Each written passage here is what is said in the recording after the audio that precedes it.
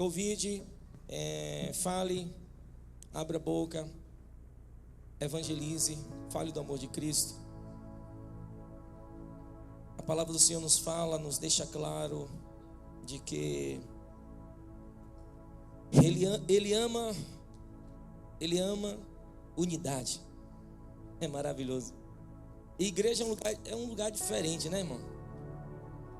Igreja é algo sobrenatural.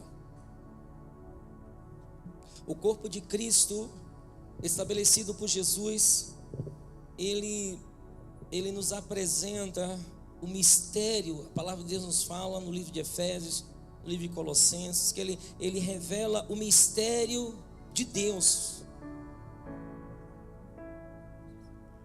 O mistério de Deus é revelado em Cristo, que de muitos Ele fez um. De muitas nações, de muitas línguas, de muitas culturas, Ele fez um. Irmãos, isso é sobrenatural. A filosofia não conseguiu fazer isso. As ideologias não conseguiram fazer isso. Os governos não conseguiram fazer isso. Mas o Cristo fere a nossa mente seletiva. O Cristo fere as nossas mentes, onde defendemos na nossa individualidade, as nossas formas, a nossa forma, a nossa maneira. O Cristo revelado,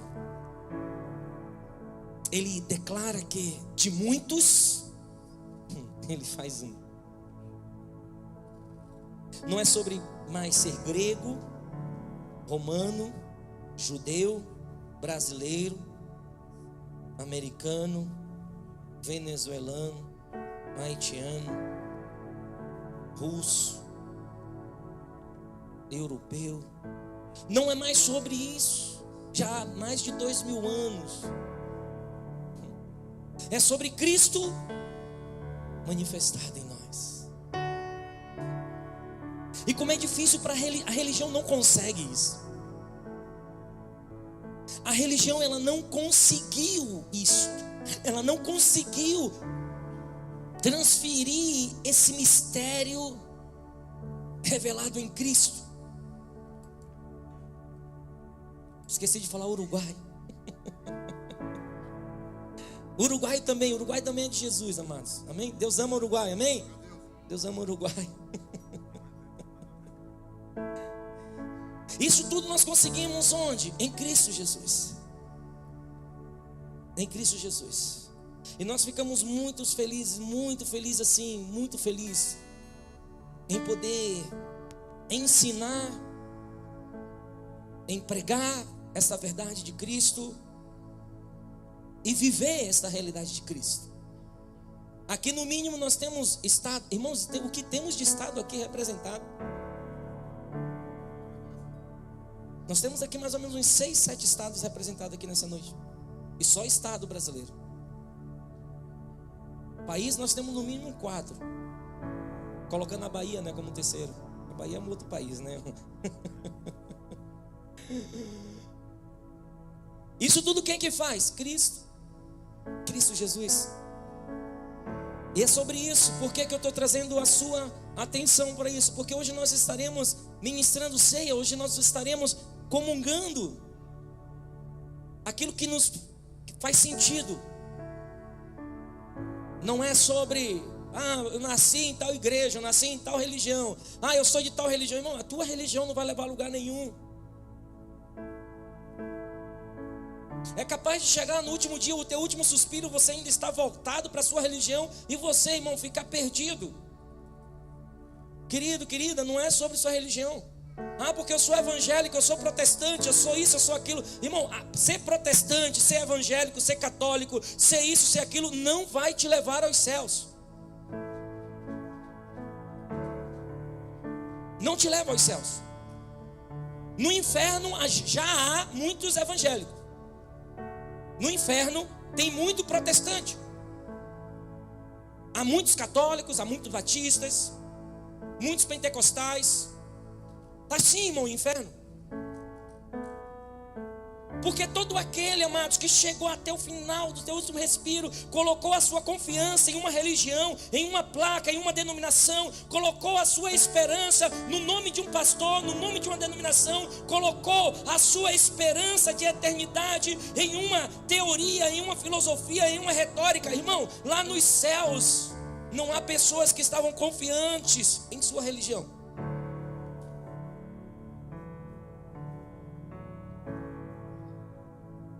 A Bíblia é clara. Há um só caminho: Jesus. Se até o teu último respiro, se até o último respiro teu, você não compreender que é sobre Ele, é sobre Jesus, é sobre você sentir o cheiro dEle, é sobre você estar voltado para Ele, é sobre você estar honrando a Ele, é sobre você ser devoto dEle, é sobre você ter a sua vida entregue a Ele, é sobre você ouvir a voz dEle. Se você chegar até o último respiro e você não entender isso, me desculpa, querido, querida, eu te amo, mas eu preciso te alertar enquanto você tem ar no teu pulmão.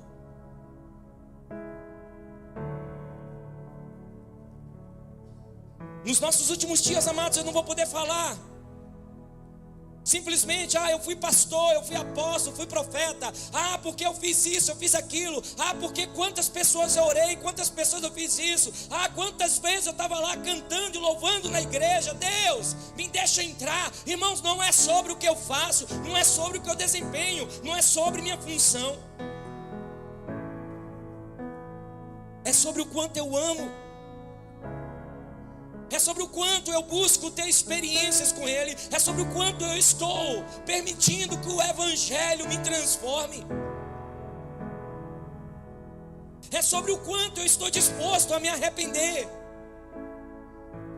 é sobre o quanto eu estou disposto a acreditar, ou a permitir que outros acreditem por mim.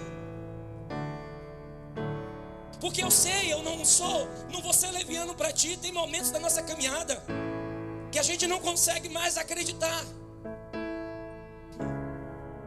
Essa semana eu estava com uma pessoa que choramos juntos. Ela falou assim: pastor, olha, eu não consigo crer. Eu não consigo crer. E pensa num homem de fé. Pensa num homem que já me ensinou sobre ter fé. Pensa num homem que já testemunhou bênçãos de Deus na vida dele. Pensa num homem que é uma referência para mim pessoalmente sobre fé. E em um balançar da vida, em uma situação, ele foi levado para um lugar, nesse instante que ele falou: pastor, eu não consigo crer.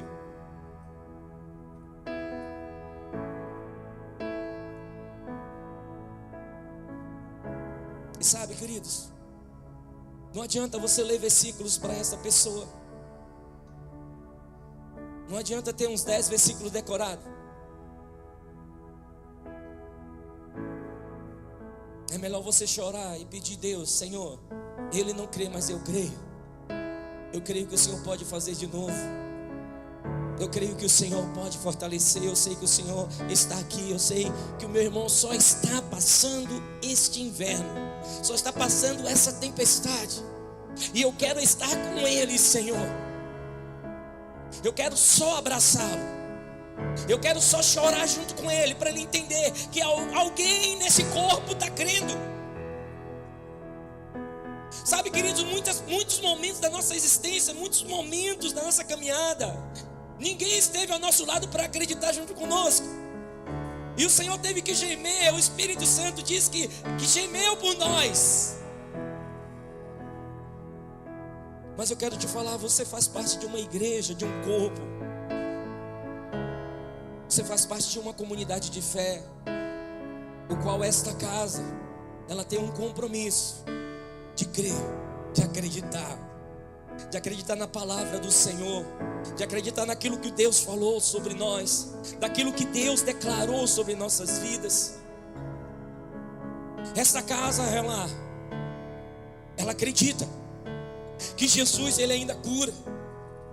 Esta casa acredita que Jesus liberta, que Jesus salva, que Jesus restaura casamento, que Jesus perdoa.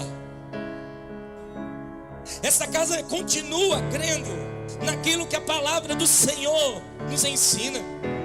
E não abriremos mão desta realidade. Não abriremos mão desta realidade. Se você quer distração, se você quer seguir a sua vida sem relacionar-se com o eterno, vai chegar momentos de tempestades, e você não vai ter ninguém contigo.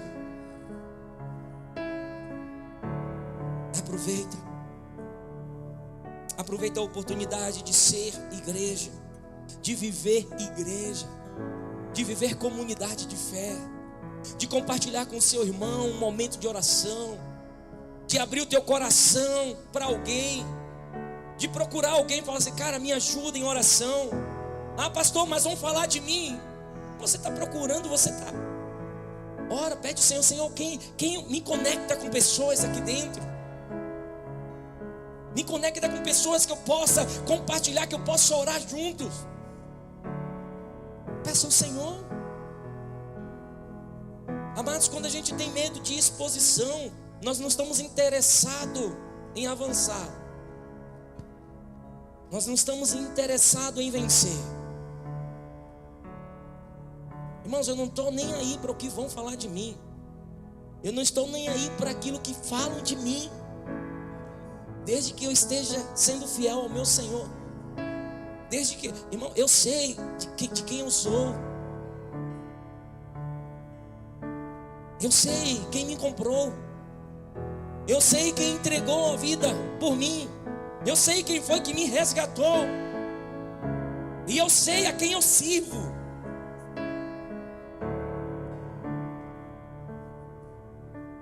A palavra do Senhor nos fala em Efésios capítulo 1.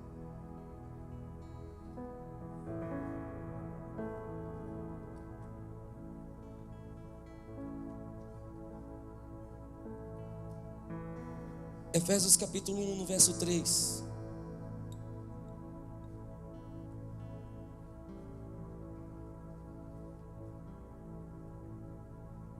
Efésios capítulo 1,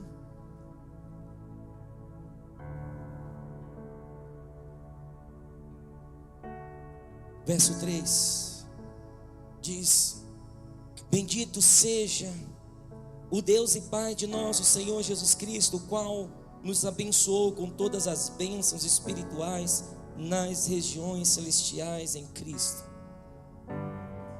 Amados, este versículo, a carta de Efésios, ele é dirigido à igreja. É dirigido a fortalecer a igreja, ao corpo. E essa passagem especificamente ministra muito ao meu coração, porque quando a primeira vez eu lembro que eu estava perdido dentro da religião,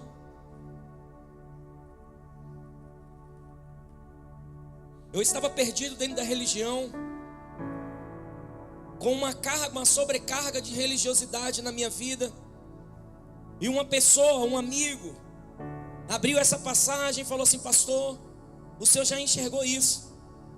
E eu falei assim: não, cara, o que está escrito aí? Não, isso aí eu leio, já li a Bíblia umas 3, 4 vezes, já passei por aí umas 10 vezes. Aí ele falou assim: pastor, vai orar, olha esse versículo. Alguém, gente, falou isso para mim. E eu cheguei em casa, comecei a ler, li uma vez, falando: o que é que ele quer dizer, o que é que ele quer dizer, o que ele quer dizer. E aí quando chegou um momento, o Senhor, ele começou a falar assim: João, respira, e olha de novo o que você está lendo. Amados, quando eu comecei a entender o que a palavra do Senhor declara neste versículo, virou uma chave dentro de mim. Porque a minha oração, ela mudou. Até não entender este versículo, a minha oração era de pedinte. A minha oração era de migalhas. Mas no momento que o Senhor abriu meus olhos para enxergar este versículo, de como o contexto, tudo, Paulo, ele fala para a igreja em Éfeso: olha, o bendito seja o Deus e Pai de nosso Senhor Jesus Cristo, o qual nos abençoou. Aqui não está escrito que o Senhor vai nos abençoar. Aqui está escrito para a igreja, amém? Para a igreja. Se você ainda não vive igreja, tem um passo antes. Tem um passo antes. Que passo é esse, pastor? Aceitar ao Senhor Jesus como seu único Senhor e Salvador. Isso não é troca de religião. Isso é mudança de vida. Porque você pode trocar de religião, trocar de igreja, trocar de pastor, trocar de apóstolo, trocar de profeta, trocar de tudo, irmão, e continuar com a vida uma desgraça. Pode trocar de tudo, irmão. A proposta do evangelho não é você trocar de religião, não é você ir para uma religião, não é você estar em uma religião, não é sobre isso. A proposta do evangelho é transformação de vida, é conexão entre o homem e Deus, Deus manifestado sobre a terra através da sua vida. E quando eu falo a sua vida, é tudo que você faz, tudo que você pensa, tudo que você toca, manifesta a Deus. Isso começa dentro da sua casa, isso começa nos seus pensamentos, é estabelecido nos teus atos, nas tuas formas, nas tuas maneiras.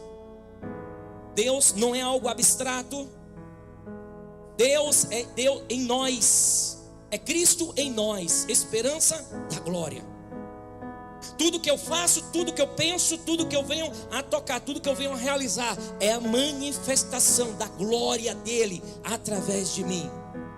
A forma que eu trato a minha esposa é a forma, é a maneira que Deus se revela através de mim, o amor por ela. A forma que você trata o seu esposo é uma maneira de Deus se revelar em glória para o seu marido. A forma que você trata os seus filhos é uma maneira que você manifesta Deus para eles. A forma que você trata seus negócios é uma maneira que você expressa Deus nos seus negócios. É Deus em nós. A proposta do evangelho de Cristo Jesus nunca foi mudança, tanto que se fosse sobre religião, todos nós seríamos judaizantes, seríamos judeus, amém? Estaríamos para a sinagoga. A religião de Jesus, se formos levar em consideração, Jesus era judeu. Você entendeu? Não é sobre religião. Ele estava pregando dentro da sinagoga de que aqueles dali tinham que mudar de vida. Não adianta você ler a palavra, não adianta você falar os 10 mandamentos, não adianta você falar os 3.000 e poucos preceitos, não adianta você ler o Novo Testamento de Mateus a Apocalipse, não adianta você ter os 50 versículos decorados na sua cabeça e você continuar com a sua vida do jeito que você quer, fazendo as coisas que você acha. Não adianta. Ah, pastor, mas Deus me ama, no final vai dar tudo certo. Irmão, não dá certo.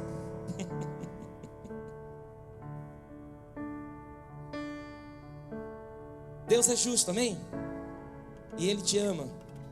Ele tem te dado ar no pulmão para que você possa. Ele está te dando uma oportunidade para que se haja arrependimento. O que a palavra de Deus nos pede, irmãos? O que o Evangelho nos pede? O que o Evangelho nos pede, irmãos?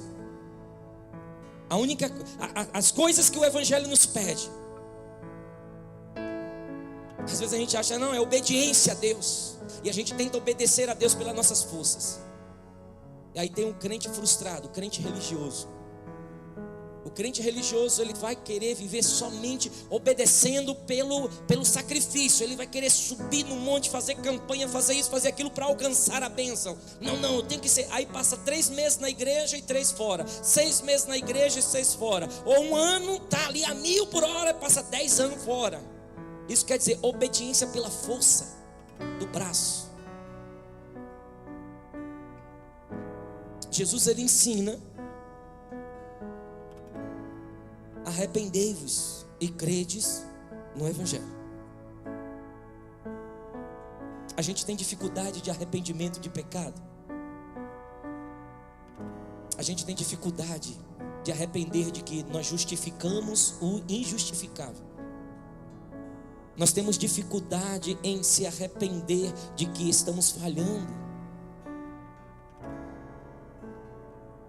E o Jesus, ele vem falando somente: arrependei-vos e crede no Evangelho.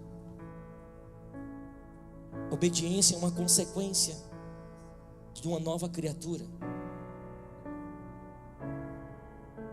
Quando eu sou uma nova, quando eu permito ser gerado em Deus, quando eu me torno uma nova criatura nele, obedecê-lo é a única forma de viver. É como você acordar de manhã forçando para respirar.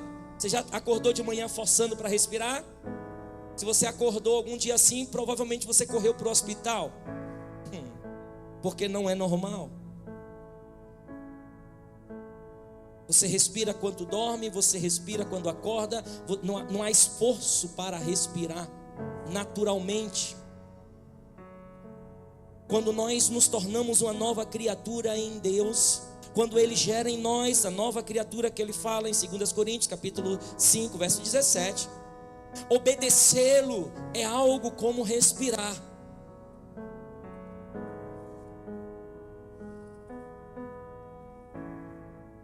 Mas a religião, ela coloca sobre você o fardo, e você está tentando muitos anos obediência, e esqueceu de nascer de novo, esqueceu de se permitir ser gerado por Deus.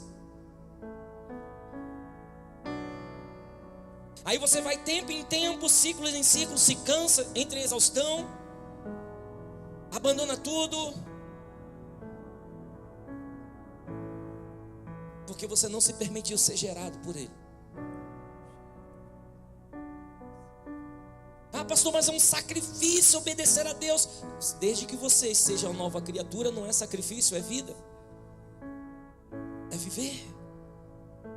Como eu poderei viver, como eu poderei sair da minha casa pronto para fazer alguma coisa que contraria aquele que é Senhor da minha vida, aquele que me mantém, aquele que me dá saúde, aquele que cuida dos meus, aquele que cuida da minha casa, aquele que me livra de um acidente, aquele que me livra de uma bala perdida, aquele que me livra de um assalto, aquele que me cuida no trânsito. Como eu poderei sair com a mente pronta, com um projeto arquitetado dentro de mim em fazer algo contrário à vontade dele? É não ter noção quem você é ser tomado, é ser roubado da sua identidade. A Bíblia me fala que o Senhor nos abençoou. Quando eu entendi isso, irmão, minha oração mudou. Eu comecei a agradecer a Ele. Deus, obrigado, porque o Senhor já me abençoou. O Senhor já me abençoou.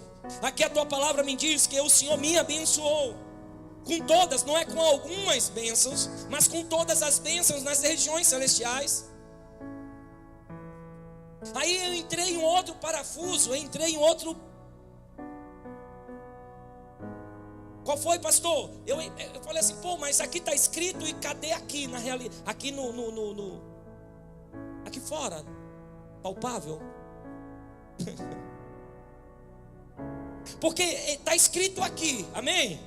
Concorda? Está aí? Já está mais, vamos lá, vamos pensar, 1500 para cá. Já estava escrito há bem mais anos, 2000, vamos pensar, 2000 anos atrás, para arredondar o negócio. Já estava escrito. Você ficou sabendo algum tempo atrás, amém? Vamos pensar, ficamos sabendo como um acidente depois de 500 anos. Então vamos lá, já tem 500 anos que a gente sabe disso. Já está escrito para a gente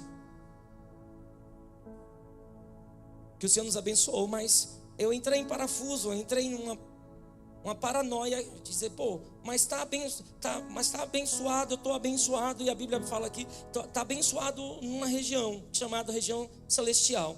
Beleza, mas o que me importa lá se eu estou aqui? Você faz essas perguntas? Eu sei lá, mas então quer dizer que quando eu morrer, tem que morrer. Aí eu falo assim, não, então os irmãos que estão preparando para a morte, aqueles irmãos que só estão falando para Deus, me leva, eles estão certos? Eu começo, irmão, não é pecado você fazer pergunta para Deus. Porque você começa a fazer perguntas e Ele começa a responder, porque Deus não tem problema de te responder. E aí o Espírito Santo começou a falar, não, João, regiões celestiais, Pai, já me abençoe em tudo, está tudo certo lá sim. Com Deus já está tudo liberado. Lá em Deus já está escrito já tudo aquilo que eu vou viver, todos os projetos, planos dele. Ok, porque depois ele vai dizer que nós fomos predestinados. Então, antes da fundação do mundo, ele pensou sobre mim. Meu Deus, eu não sou um acaso, não foi um acidente de percurso, não foi a situação que os portugueses saíram de Portugal, vieram para o Brasil, colonizaram Portugal, e aí tá, depois veio direita, esquerda, direito, centro, aí deu o Brasil. Não foi isso. Aí eu descobri pela Bíblia, não foi, irmão, nós não somos um acidente. A palavra do Senhor fala que Ele pensou em mim, pensou em você, independente de onde você estava. Lá em Dom Pedrito, lá nos Confum do Dom Pedrito. Aleluia, foi seu pai, né? Pai de lá no Haiti, lá na Bahia, um negócio chamado Camaçari, Dias Dávila, que é lá de lá. O Senhor pensou na gente, nos fez nascer naquele lugar, onde a gente teve muita alegria, onde a gente teve amigos, onde a gente teve pessoas que nos ajudaram, a gente teve pessoas que a gente pôde ajudar, a gente tomou banho de rio, tomou banho de praia, quebramos a cabeça, quebramos a perna, fiz tudo isso. Deus falou que pensou na gente. Passamos por tudo isso, irmão. E Deus falou assim, eu pensei em vocês. Isso é tão real que nos trouxe até aqui. Ele continua pensando em você, que Ele trouxe você aqui para te lembrar isso. Ele não esqueceu da gente em nenhum momento, em nenhum instante da caminhada. Aí eu entrei em paranoia, mas Senhor, se o Senhor já nos abençoou lá, por que eu não vejo essa bênção aqui? Aí na época, tem mais ou menos uns 15 anos atrás, o Senhor começou a me ensinar a respeito do segredo da transição entre a bênção no Espírito e a bênção manifestada. O Senhor já nos abençoou em um lugar, em uma região chamada região celestial. Já está lá, irmãos. Você não vai surpreender nada. Você não vai apresentar nenhum projeto para Deus. Deus vai, levanta os anjos, tudo. Agora sim, agora. Você não vai surpreender Ele, irmão. Ele não espera de você nenhuma surpresa para Ele. Ele espera de mim, de você, simplesmente a vida que Ele disse que eu e você precisamos viver. Que essa vida, Ele diz que já está abençoada. Agora, como transicionar esta bênção deste lugar, irmão? Porque nós padecemos, é ou não é? Nós temos as guerras com os boletos. Quem tem guerra com boleto aqui? Não levantou, vamos ficar triste, né? Achando que não vou levantar, porque não, né? Mas quem não guerreia com os 300, né? Os 300 boletos em cada mês. Tem 300 lá, irmão? Todos nós temos dificuldades em saúde. Nós temos dificuldade relacional, nós temos dificuldade, muitas vezes, vida financeira. Quando não é em um lugar, beleza, Deus te abençoou numa área, mas de repente você teve que vencer em uma outra. Como transicionar, como trazer isso à existência? Aí, irmãos, vem, a palavra do Senhor também responde. E aí, nesses 15 anos atrás, o Senhor me ensinou algo maravilhoso. Que essas bênçãos, o próprio Paulo entrega um rema de Deus para nós. O Espírito Santo usa Paulo e nos entrega essa pérola. Ele fala, olha, já está tudo certo. E aí ele coloca o protocolo para que se haja a manifestação deste projeto. Para hoje, 2025, para 2026, para 2027, 2028, até o seu último respiro. E o protocolo aqui não é sobre você é da igreja Aliança, você é da igreja batista, você é da igreja católica, você é pentecostal, você é integral, você é... Não. Ele fala algo, ele entrega para nós algo tremendo, que você deveria botar os teus olhos nisso. Porque não é sobre a minha teologia, não é sobre os meus cursos, a minha habilidade, não é sobre isso, mas ele fala, a minha bênção, as minhas bênçãos, o que eu planejei, o que eu propus para vocês, só está em um lugar. Aí ele fala, irmãos, quando eu li, quando o Espírito Santo abriu os meus olhos para me enxergar isso aqui, ele diz o seguinte: todas as bênçãos espirituais nas regiões celestes, onde? Em Cristo Jesus. Onde estão as minhas bênçãos? Está na força do meu braço, está nos cursos que eu faço, está no meu negócio, está na minha visão, está nas minhas habilidades. Não é isso que Paulo diz. Paulo fala, igreja, entenda, as bênçãos já foi determinadas sobre você, mas essas bênçãos estão em um lugar. Este lugar chama-se Cristo Jesus. Aí você entende o quanto o inimigo ele não quer tomar, tirar, deixar você fora de uma faculdade de teologia. O inimigo não está trabalhando para que você não tenha vários acessos a informações teológicas, informações de teorias, informações de ideologia. O inimigo ele não quer cortar isso de você, pelo contrário. Hoje é o que mais nós temos, a informação. Mas uma coisa que o inimigo tem ganhado terreno sobre a vida de muitos é dissuadir a mente dessas pessoas em dizer, eu não consigo viver em igreja. Eu não suporto gente.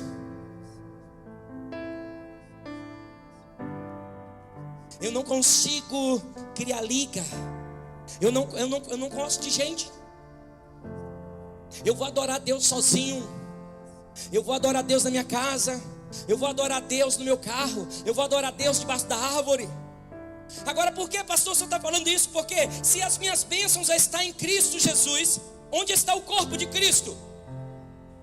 Quem é o corpo de Cristo? Aonde? Igreja. Tem corpo de Cristo aqui? Quem é corpo de Cristo aqui? Levanta a mão. Quem é corpo de Cristo aqui? Levanta a mão. Como é que o inimigo ele pode te atrapalhar, transicionar as bênçãos que já está determinada aqui para a realidade no seu dia a dia? É colocar na sua cabeça, sutilmente, em cima das tuas frustrações, em cima das tuas experiências, que às vezes a gente acha que nossas experiências estão acima do que a palavra diz. Não estão. Esquece. Coopera, mas nunca está acima. A minha experiência com Deus, a tua experiência com Deus coopera com aquilo que a palavra diz, mas nunca acima. O que determina é a palavra. O trilho é a palavra. Ah, mas Deus fez assim. Aqui está escrito assim. Morrerei com aquilo que está escrito e não com aquilo que você quer viver. Agora, o corpo de Cristo é a igreja. Nos últimos 10 anos, amados, o que tem de gente, o que aconteceu de pessoas simplesmente frustradas dentro de relacionamento de igreja, fugindo de comunidade, aí criaram o grupo dos sem igreja, desigrejados, e tudo isso, e a gente cria um monte de coisa na nossa cabeça, para quê? Para justificar que as pessoas me machucaram, as pessoas me feriram, as pessoas falaram mal de mim, as pessoas me traíram, o pastor não falou comigo, o pastor nem lembra de mim, isso e aquilo. Irmão, isso são justificativas. Porque você não faz parte do corpo do pastor, você não faz parte do corpo, você faz parte do corpo do Cristo. E eu quero te dizer, igreja é família. E família, irmão, a gente tem birras. Eu tenho 4 irmãs.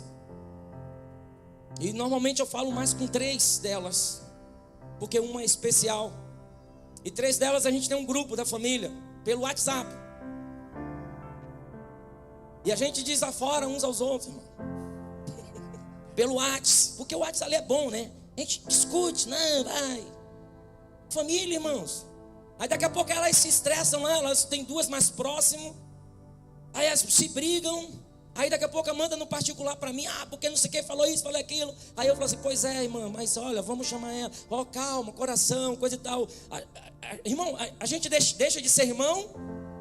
A gente deixa de conviver? Não, irmão, continuamos sendo família. Continuamos sendo família. Quem já teve aquele irmão na família que pediu dinheiro emprestado e não pagou?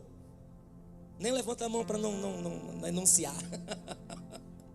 É mais fácil perguntar quem não, né? Quem nunca teve alguém da família que era o chupim do negócio. Você já encontrou o chupim? Já identificou quem é o chupim da família? Irmão, toda família vai ter um chupim. Vai ter, irmão, é sério. Toda família vai ter aquele que vai ter que se ajudar mais. Toda família vai ter aquele que ajuda mais. Isso é família ou não é? Na família vai ter aquele que não está ligando quanto é que vai custar a janta, quanto é que vai estar custando a carne, se é picanha, se é colchão mole, não está preocupado, ele quer comer, quer estar junto. Ele vai valorizar o quê? O momento. Agora vai ter aqueles que não, se não dividir os centavos eu não vou. Isso é o quê? Isso é família, irmão. Agora você percebe que eu falei isso aqui. Combinamos uma coisa, combinamos lá na família, final de ano é uma benção, né? Natal, um leva uma coisa, outro leva outra. Chega na hora para juntar, aquele que teria que trazer a maionese, traz as batatas para cozinhar. Aí traz a maionese ainda para misturar. E todo mundo com os pratos prontos na mesa. E aí chega correndo do mercado com a Andreasa. Com o mercado, vamos cozinhar. E os outros olham assim e falam, só podia ser. Não é família? Não sai no combinado. Aquilo que combina não dá certo. Não é família? Isso é família, irmão. Aí você sai de igreja, você deixa de relacionar com pessoas, você abre mão de viver as bênçãos de Deus por questões assim. Por questões porque, combinaram de ir lá em casa e não foram. O pastor combinou de orar por mim hoje e nem lembrou no meu nome. A irmã tal falou que ia lá em casa essa semana e não foi lá tomar o café. Eu combinei com o irmão que ele ia tocar no meu lugar, ele não foi e deixou lá o instrumento sem. Mas uma falta de vergonha, não vou mais nessa igreja. Irmão, lembra, você é família. Os combinados nem sempre vai dar certo. Mas tem que continuar vendo os combinados. O outro vai usar o violão e vai quebrar as cordas e vai esquecer na semana. Jesus. Já arrumou ali. Vai quebrar e o combinado era o quê? Comprar corda. Não comprou. O que é que a gente faz? Manda o irmão embora. Por causa de uma corda de violão. Não dá, irmão. Por que você deixou o corpo? Você que está me escutando, por que você deixou de viver corpo? Por que você deixou de viver família? Pastor, porque eu me frustrei no meio da minha. Mas aqui estamos falando da família de Cristo, do corpo dele. Ele está em todo lugar. E aquele que você acha que é menos importante, 1 Coríntios capítulo 12 diz que este que achamos que é menos importante deve ser mais honrado. Nós sorrimos quando nós falamos do nosso cotidiano, mas o corpo de Cristo deveria ser o nosso cotidiano. Deveríamos sorrir quando alguém não cumpre algo que nós combinamos em ligar. Vamos fazer de novo a semana que vem. Tem pessoas que eu já marquei café aqui, já tem 1 ano marcando café. Um Peixoto nós passamos 6 meses marcando, mas conseguimos. Amém? Não foi? Conseguimos. O Gerson está me dando migué, mas a gente vai conseguir. Vamos abandonar uns aos outros porque a gente não consegue? Não, vamos continuar tentando. Vamos continuar buscando. Por quê? Porque a bênção está aí, irmãos. A bênção está no corpo. Eu não posso abrir mão do corpo por causa dos acontecidos. Houve algo que aconteceu que é maior, que supera tudo isso. Sabe o que foi? O sangue do meu Jesus derramado na cruz, que nós trazemos à memória todos os meses, trazemos as memórias todos os meses aqui nesta casa. A única coisa que nos faz estarmos juntos, que nos faz chegar num culto de haitiano, dos irmãos ministrando, e simplesmente levantar as mãos ali e chorar, sem entender uma palavra, é Ele, irmão. Não é sobre o meu racional, não é sobre o meu intelecto, é Ele. E quando Ele está, basta. Quando Ele vem, basta. Por que você abandonou? Porque você abandonou a palavra rema. Porque você abandonou a palavra que o Senhor liberou para você em Cristo. Você não será abençoado fora dele. Ah, pastor, mas eu estou bem hoje, estou melhor. Eu já escutei isso, irmão, algumas vezes. Hoje, pastor. Pastor, hoje eu estou melhor do que eu estava antes. Ô, irmão, quando eu já escutei isso algumas vezes, não é difícil escutar. Eu me lembro de uma parábola do peru no mês de dezembro.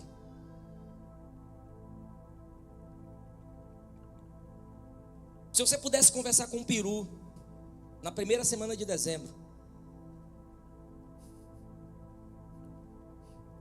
5 dias ali, dia 5 de dezembro mais ou menos, você chegasse na gaiola ali do peru.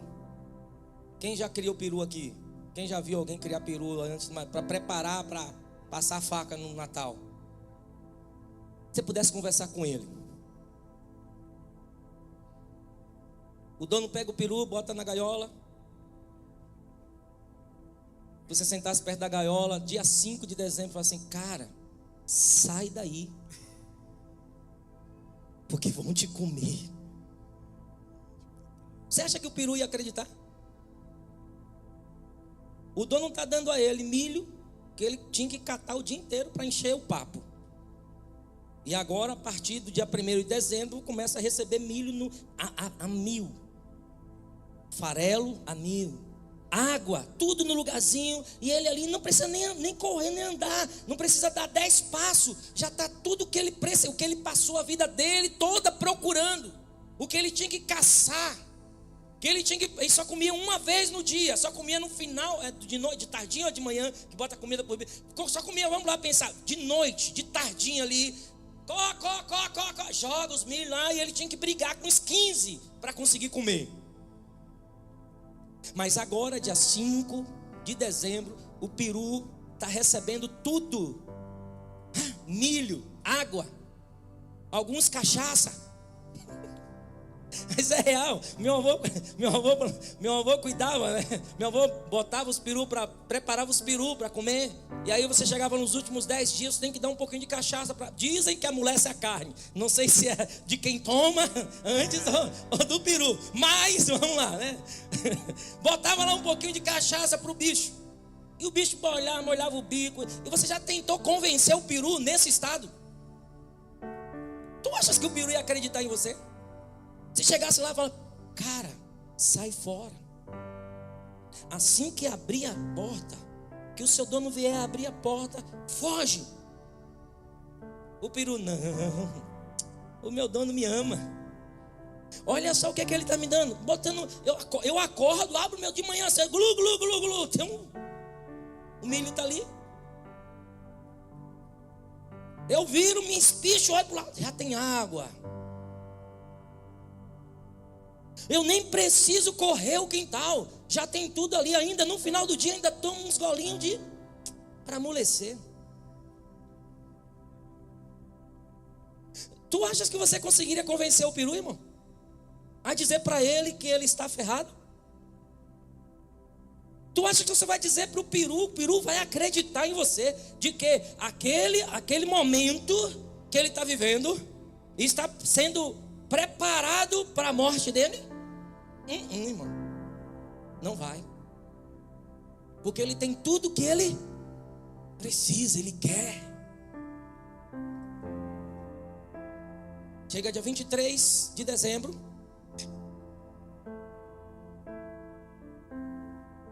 Peru é morto.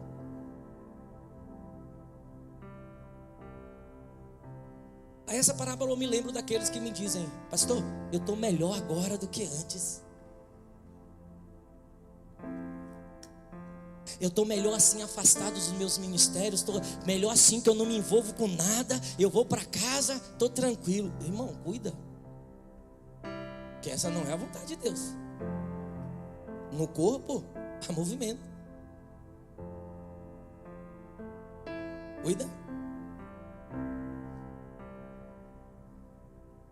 Desenvolveram uma tática de matar rã. Só tô inspirado hoje para as parábolas. Se você pegar uma rã, malvadeza, meu Deus, não filme isso. Malvadeza, não façam isso em casa. Se você pegar uma rã, jogar numa panela de água fervendo, a rã se salva, sabia disso? Ela sentiu a temperatura, puf, pula fora. Ela vai viver, vai queimar as patinhas, desgraceira, vai, mas ela vai viver. Jogou na panela fervendo, ela pula, sai fora. O sapo, qualquer bicho, né? Eu já comi rã também, boa, meu Deus. Vai, pula, cai fora. Agora, se você pegar a rã viva, botar na água gelada, na água fria, e acender o fogo lentamente, ela morre que nem percebe.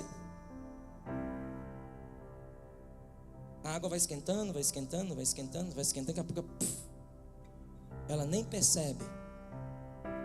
São os irmãos muitas vezes que estão falando: não, estou bem.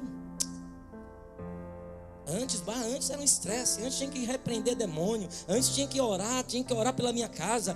Agora, irmão, parece que o demônio nem existe. Não tem mais demônio. Antes eu tinha que levar óleo, pedir intercessão, fazia isso, fazia aquilo, irmão. Mas era uma guerra, pastor, mas era estressante demais. Agora, pastor, eu estou fora de igreja. Esse negócio de igreja não é comigo. Agora eu estou bem. Oi, eu vou e volto pro meu trabalho, estou tranquilo. Eu só quero dizer para você: cuidado com a água acesa.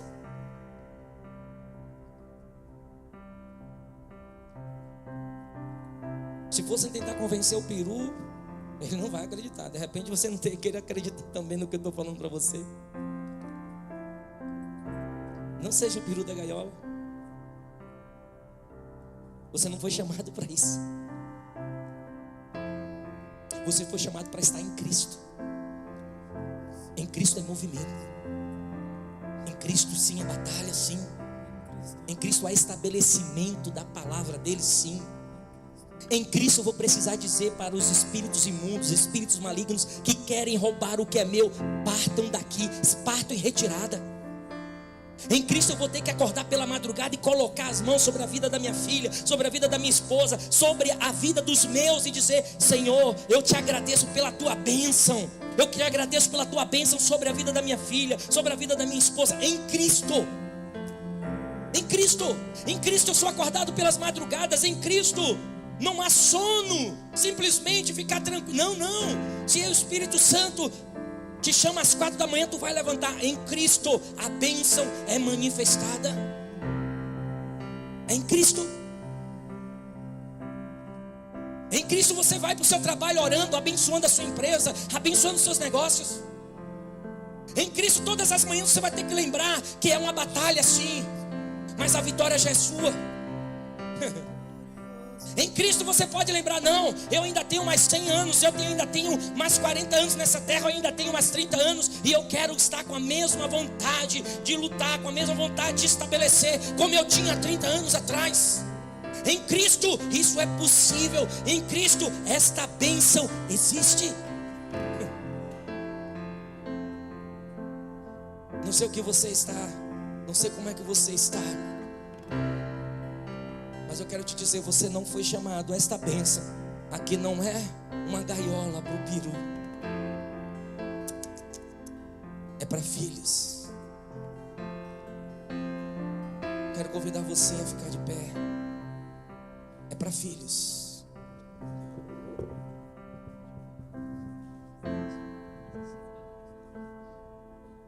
É para filhos.